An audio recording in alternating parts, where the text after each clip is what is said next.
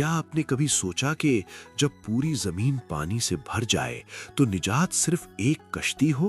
حضرت نوح علیہ السلام نے اپنی قوم کو پکارا، صرف ایک اللہ کی عبادت کرو، اسی کی طرف لوٹ آؤ۔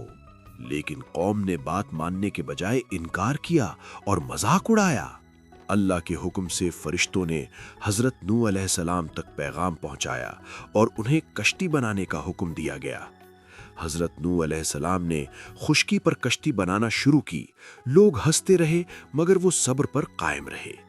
جب کشتی مکمل ہوئی تو اللہ کے حکم سے ہر جانور جوڑوں کی صورت میں آنے لگا۔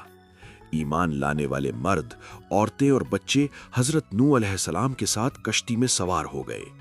پھر اچانک آسمان سے موسلا دھار بارش شروع ہوئی اور زمین سے پانی ابل پڑا۔ حضرت نوح علیہ السلام نے اپنے بیٹے کو پکارا مگر اس نے ایمان قبول نہ کیا۔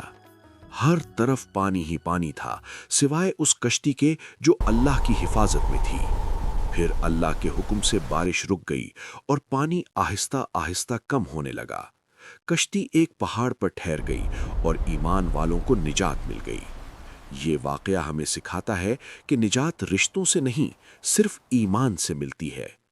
اگر یہ پیغام آپ کے دل کو لگا ہو تو ویڈیو کو لائک کریں، شیئر کریں اور ایسی ایمان افروز کہانیوں کے لیے چینل کو سبسکرائب کریں۔